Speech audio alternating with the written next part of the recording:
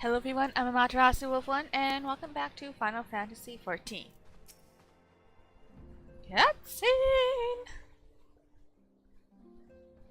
I have been reflecting upon the events which took place during our visit to Vilbrand. If you have a moment, I would share my conclusions with you. Please, bear with me. Okay. When the Sahagin Elder summoned Leviathan, he employed the power we have come to know as the Echo.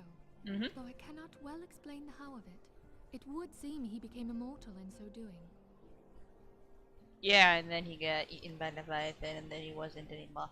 When the Admiral subsequently slew him, his spirit emerged from his lifeless flesh, a consciousness shorn of physical form.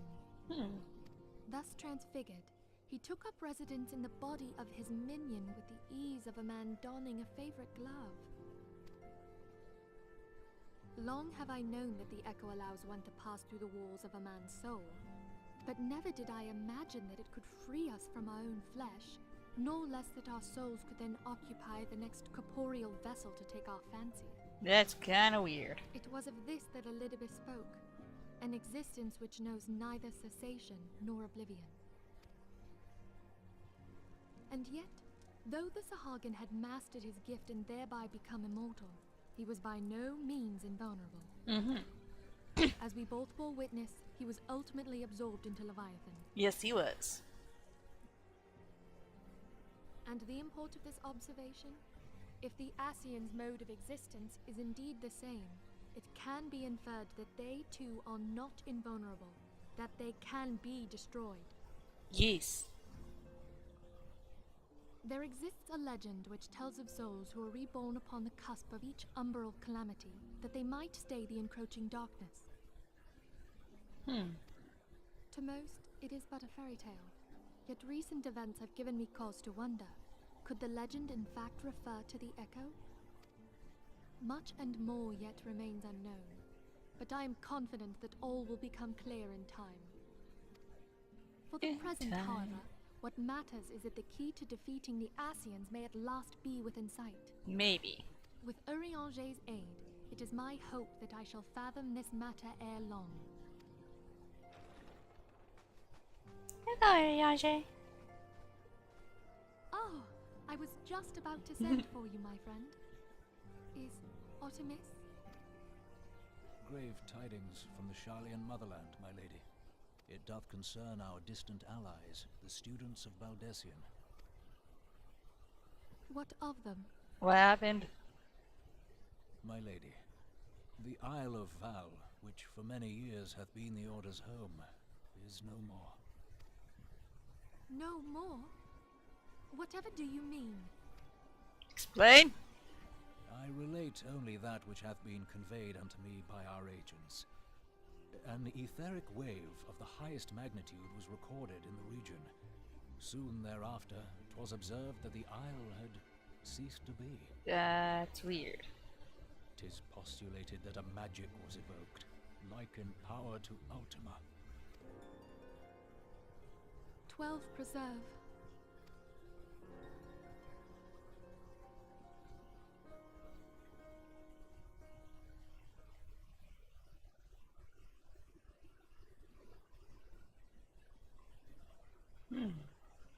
If there are no other matters, I move that today's meeting be adjourned.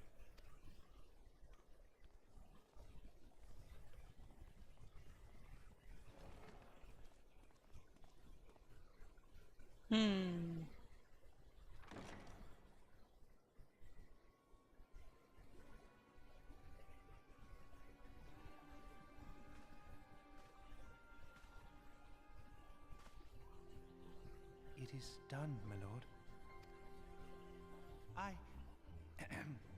Forgive my impertinence, my lord, but these orders, I am uncertain as to what end they serve.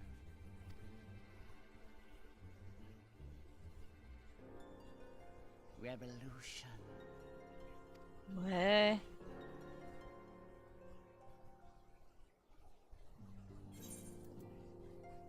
Check those, because those look cool. There's a maelstrom!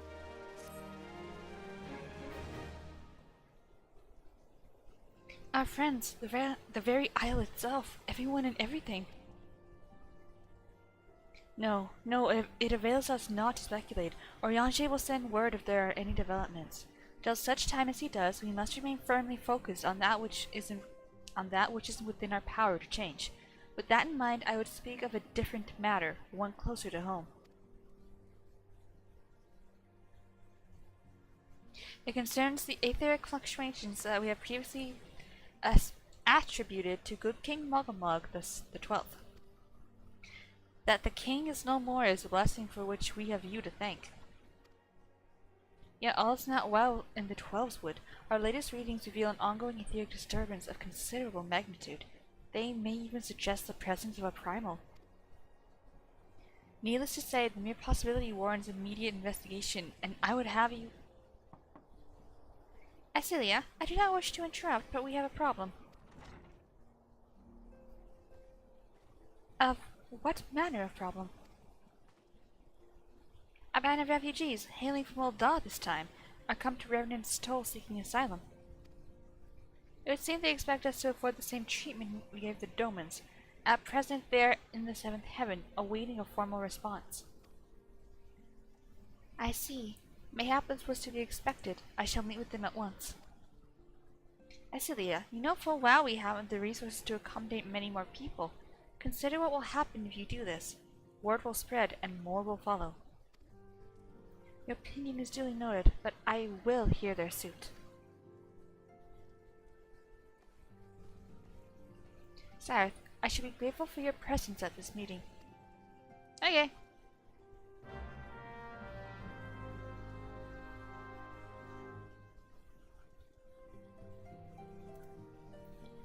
Let's go then.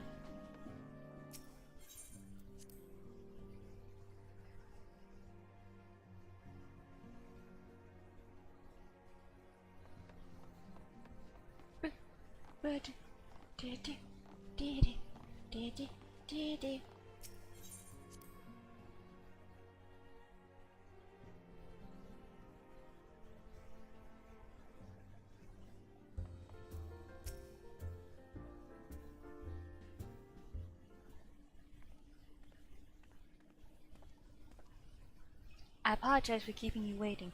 My name is Nufilia, and I lead the Scions of the Seventh Dawn. Troll be praised, it is you! We're ready and willing to work, just same as the Domans. Just give us a task and we'll see it done. Pray calm yourselves. I appreciate your enthusiasm, but I know not of your situation. Beg pardon, Edison. I ain't so good with words. We've been living off scraps of Old Daw for years now, trying to piece together a life to replace the one what got took. They say there's work, but there's not for an honest man. Not as wouldn't sully his soul sooner than his palms any road. Flames do what they can for us, of course, but it ain't near enough. And it's only getting worse. When the calamity brought us to our knees, those rich bastards in the city didn't help us. They climbed on our backs. I don't pretend to be clever, but even I can see this coming. I knew we had to run. The only question was where. And then it came to me. Revenant's Toll. I mean, you took those foreigners in, didn't you? So surely you do the same for us. I feel the situation is rather more complicated. While it is true that we accepted the Doman's petition for aid, that decision was the product of extraordinary circumstances. I sympathize deeply with your plight, but pray understand that it is not possible for an organization of our means to aid all who have been affected by the calamity. And so it is with great regret that I must deny your request. But we've nowhere else to go. You're turning your back on us? If I might have a word. Chitaru? Is aught amiss? Ill tidings from Old Daw, my lady. Afino has been wounded. What? How? Is it serious? I cannot say for certain, but I fear it might be. According to the flames, the refugees started a riot. They went wild, apparently, lashing out at any and everyone. That can't be right. Why would they? They must have been provoked. The demonstration was meant to be peaceful. Seven hells. Now the Blades have an excuse. They'll round us up and kill anyone who tries to resist. Addison, please, if you won't help us build a new life, at least help us keep the ones we've got. My lady. We do not want to stand idly by and watch innocents suffer. However, until we know more of the circumstances surrounding this riot, I am not certain what aid, if any, we can provide. If the authorities determine that the refugees attacked without provocation, then those responsible will have to answer for their actions. How can you be so blind? Find Alphinaud, and quickly. He is in danger, or worse. I would have you and none other by his side. Thank you. Pray do not concern yourself with the matter we were discussing earlier. Ida and Papalymo will see to it. Alphinaud's being treated at the Hourglass. Hurry, Cyrith! I'm gonna go into the quicksand again. I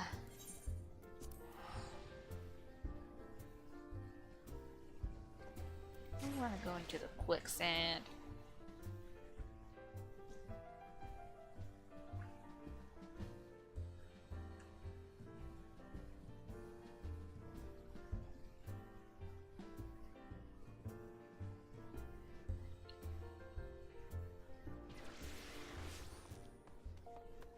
Oh, lag. So many people are here now, wow. I used to get lag here.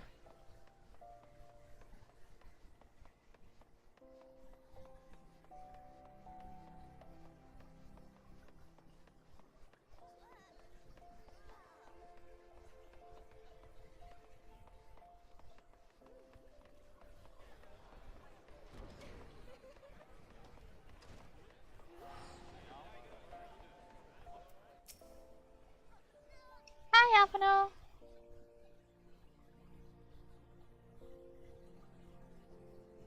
Come, you must have gathered by now that Tataru is given to exaggeration.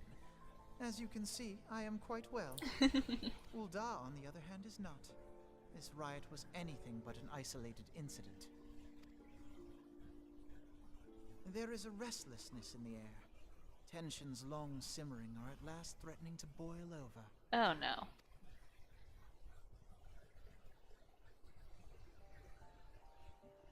Ul'dah is a nation infamous for the great disparity between the wealthy and the poor. The majority of the populace accepts this state of affairs because they believe that every man bears responsibility for his own lot in life. To an Ul'dan, money is the foremost, and some would say the only measure of a man's worth. Small wonder that the wealthiest wield the greatest influence. Mm-hmm. So where do the refugees fit into this social hierarchy? What place is there for those who fled Alamigo and the destruction of the Calamity? Plainly, there is none. They have no wealth, no power, and no worth. To the Ul'dan way of thinking, they may as well not exist. That's just mean.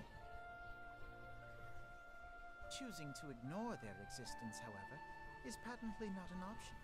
General Rauban and the Sultana understand this, which is why they ordered the Immortal Flames to provide the refugees aid and succor. Yet none would dispute that the expenses incurred by this policy grow by the day, with no end in sight. This has prompted more and more Uldans to question their obligation to aid these worthless wanderers. While more and more refugees have come to resent their treatment at the hands of the sneering citizenry. No.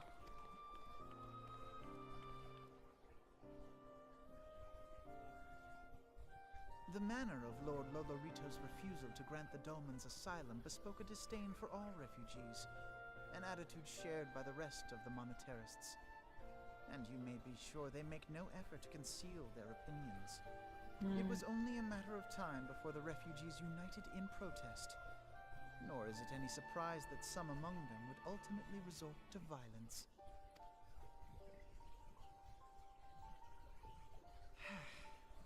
that the immortal flames should choose this of all occasions to engage in joint training exercises with the other Grand Companies. By the time they return, the situation may well have deteriorated beyond mending. Oh no.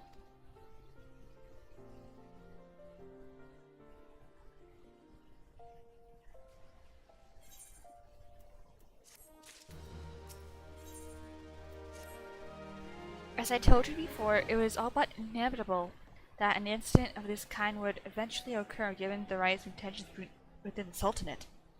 Nevertheless, I have reason to believe that this particular riot may not have begun spontaneously.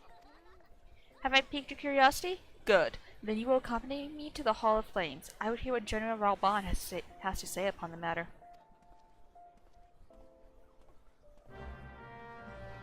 Nope. Lag. All the lag.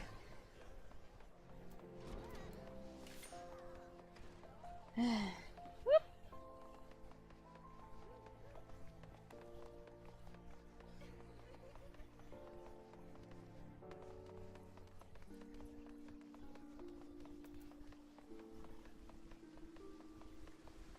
Let's see. There you are.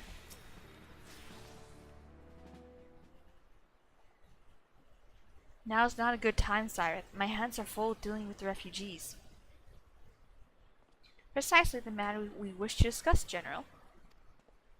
Aphino, back on your feet already? You may credit my swift recovery to your Churchians, whatever. My memories of the riot are still somewhat muddled. I trust we managed to regain control of the situation? Not entirely. We secured the city soon enough, but not before the unrest had spread to the surrounding territories. Pockets of resistance remained throughout Thanalan. We have sent what forces we can spare to root out the last of the belligerents, but progress is slow. They are damnably elusive. I can well imagine. Given the majority of refugees live outside the walls, it would stand to reason that they would know the lay of the land. What I do not understand is how they came to be so well prepared. For my little accident, I observed that several of the refugees were armed, and not with birches knives or pitchforks, but with martial weaponry. I need hardly add that such equipment is costly. None can deny that tensions between the Uldan citizenry and the refugee population have increased since the Domans were turned away. But would that motivate a starving man to purchase arms in lieu of food? I think not. And one of those who have not had a single gil spent, who could not survive without the aid provided by the immortal flames. Surely they would sooner sell a weapon than bring it to bear against their benefactors. Come to the point. Very well. My point, General, is that this powder cake of discontent was not set alight by chance. These events were deliberately set in motion, and now order must be restored. That is my first duty. Until it is done, any investigation can wait. I do not have time to discuss this. My scouts will be returning anon.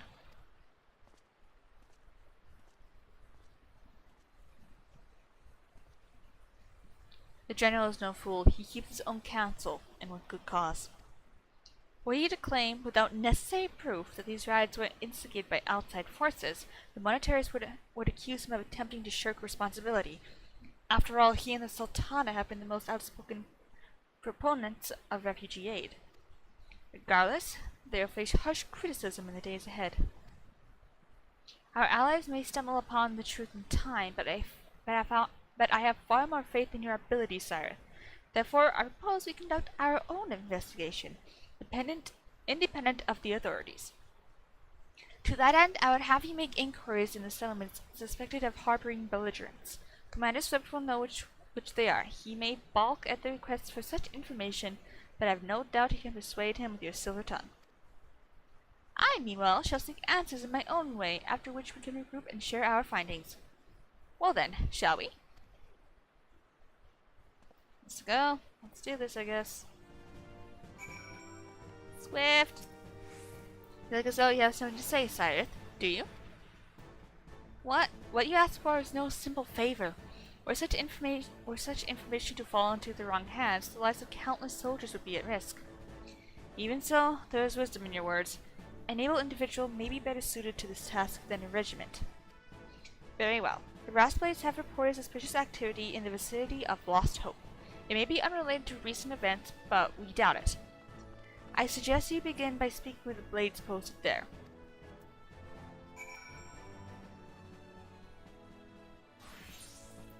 Okay, Central Thanalan. That is Gate of Null. Okay.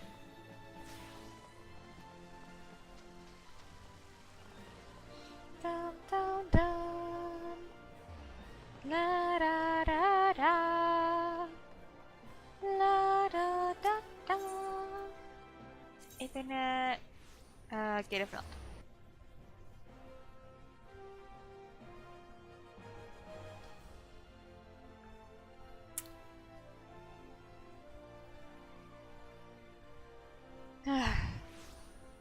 Well, let's see what Lost Hope has to say.